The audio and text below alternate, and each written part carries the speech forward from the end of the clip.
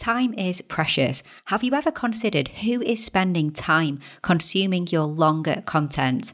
And who is spending time consuming your short, snackable content? Is it the same people? What are their motivations? And can you streamline your processes to create content for both of those audiences? Keep listening to find out.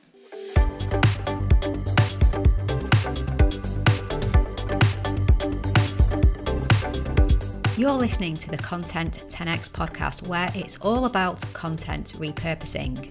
I'm Amy Woods, and I'm here to help you maximize your content and find smart ways to get your message in front of more of the right people, whilst also saving time.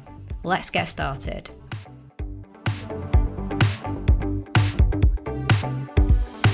Hello and welcome back to the Content 10x podcast. I'm Amy Woods, the founder of Content 10x, and in this episode, I'm going to explore how to convert casual fans of your short form content into loyal consumers of your long form content.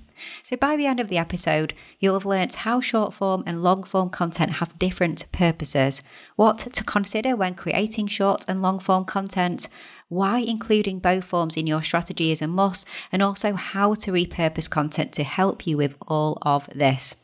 Now, have you ever considered who is consuming your long form content versus your short form content?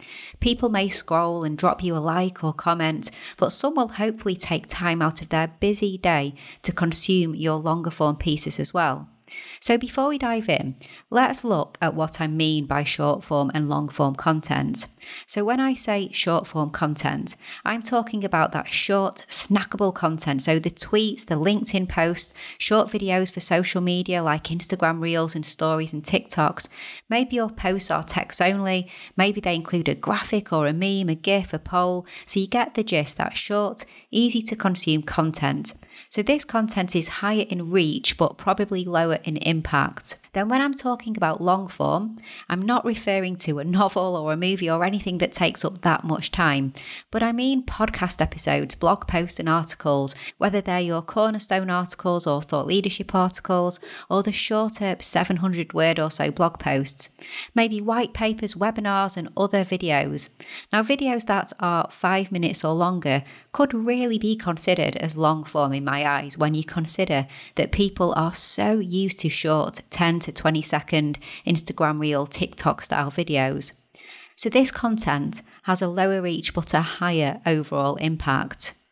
Then you have even deeper, longer form content. So I would consider this to be like the virtual events and live streams and webinars, where it's more of an event or an experience that actually asks a lot more regarding your audience's time. So it might even be on a set day and time and a longer duration. So that would have even lower overall reach, but then a deeper, higher impact. So what purpose do each of these forms of content serve? And more importantly, who do they serve? Now, before we get into all of that, I've spoken about something like this before in my episode, The Content Repurposing Customer Journey, and how consumers consume short form and then long form content before making a purchasing decision. That was episode 134. It was called The Content Repurposing Customer Journey from Mobile to Long Form to Buying. So head to content10x.com/134 to check that out. And the link will be in the show notes, of course, as well. Looking at short form content, just consider this. So when we want to give our homes a new lick of paint, we don't rush to the DIY store and invest in the first tin we see. We take samples and then figure out what we like best. Or think about the food courts in shopping malls where the food vendors are there with their little sample pots. Maybe the Chinese food vendor that keeps getting passerbys to try their orange chicken. And the hope is you'll keep trying these little bites of orange chicken and then decide to go for the full dish. Well, that's exactly what audiences do with content. As much as we'd like people to stumble across our long form, higher value content and dive straight in reality, people will stumble across our short form content. So it's important to really hone the short form and bring it to new audiences and new fans of your brand. So we create short form content really with attraction in mind. We want to engage, educate, entertain, and maybe even inspire and empower. And the hope is that when our audience have seen a fair few pieces of our short form content, something may click and they'll think, I'm invested. I like this person or I like this brand. I trust them as well. Trust is important. And that relationship will start to grow and they'll feel comfortable dedicating more time to consuming your content. So short form is about attracting those new fans. It gives your audience the chance to decide whether you are worth their time. That means that with longer form content, you're actually creating this content for the more established fans of your content. You're creating content to satisfy an audience that already moved past the attract stage and are now invested in you. And you'll use that content to nurture the relationship, go deeper on topics. They are the people who will take time out of their day and consume your content. People who are consuming your longer form content likely have a more vested interest in what you do. Maybe they're current prospects, even people going through the sales process with you. They could be clients or partners or people in your industry who you have a relationship with. And of course, there's the superfans who genuinely get value from your content and really, really like you.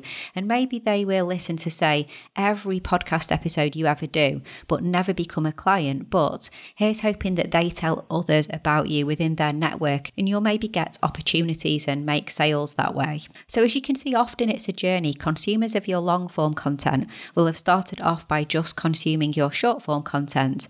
So as I said, this means your short form content has successfully drawn people in and it's done its job to attract. Hey, just a little break from this podcast episode to ask you a question. Would you like one single place that you can go to that provides you with everything you need to be able to implement the best practices in content repurposing for your video content, your podcast episodes, and your social media content today? To help you get more value from the content that you create, get more time back, and help you reach more people than you ever thought possible. If so, then you are going to love the Content 10x Toolkit. The toolkit is full of video tutorials, templates, checklists, swipe files, step-by-step guides and more that shows you how to repurpose your content in the best ways possible today. No more Googling, no more figuring it out yourself. We provide you with everything that you need to become a content repurposing pro. If this sounds like something that would interest you, then go check out the Content 10x Toolkit at content10x.com/toolkit. Okay, and back to this week's episode. So it's down to you to convert those short form consumers into long-term fans. But how is that done? Well, firstly, it's all about quality, putting in the hard yards to really research what works and what doesn't work on each social media platform or any platform that you are putting short form content onto. Krause Group Marketing actually ran a report earlier in 2022 saying that data scientists and media analysts now believe that average consumer attention span is just 8 seconds. So with it becoming harder and harder to get people consuming short form content, let alone getting them to pay attention to your longer form pieces, it's really important that your short form content is impactful, it gets straight to the point and really serves its purpose. Now, if you want to read more of that Krause report that I mentioned, I'll leave a link in the show notes. So whether it be a snappy piece of text with a question to get people curious or an eye-catching thumbnail for a short video, it needs to grab people's attention and make it hard for them to scroll past, all without being clickbaity or sensational or anything like that. We're all about adding value. Now, second, adding clear calls to action is a really good idea because if it's someone's first ever encounter with your content, they might not know who you are, what you do, even that you create other content. So I really do recommend making sure you have those calls to action. Don't overdo it, but experiment to find the right balance and doing it just enough to make it effective. Now, at Content 10x, we always make sure to have CTAs that direct our audience to our blog posts and podcast episodes through the social copy we write for our teaser videos and graphics and content that come from those blog posts and podcast episodes. And I'm going to come on to all of that in a minute. But they shouldn't always be promotional or broadcasting. You should just ensure that you have CTAs that are based on engaging with you too, asking questions, getting people to like and comment and just engage and have conversations. So just make sure that you do have those CTAs.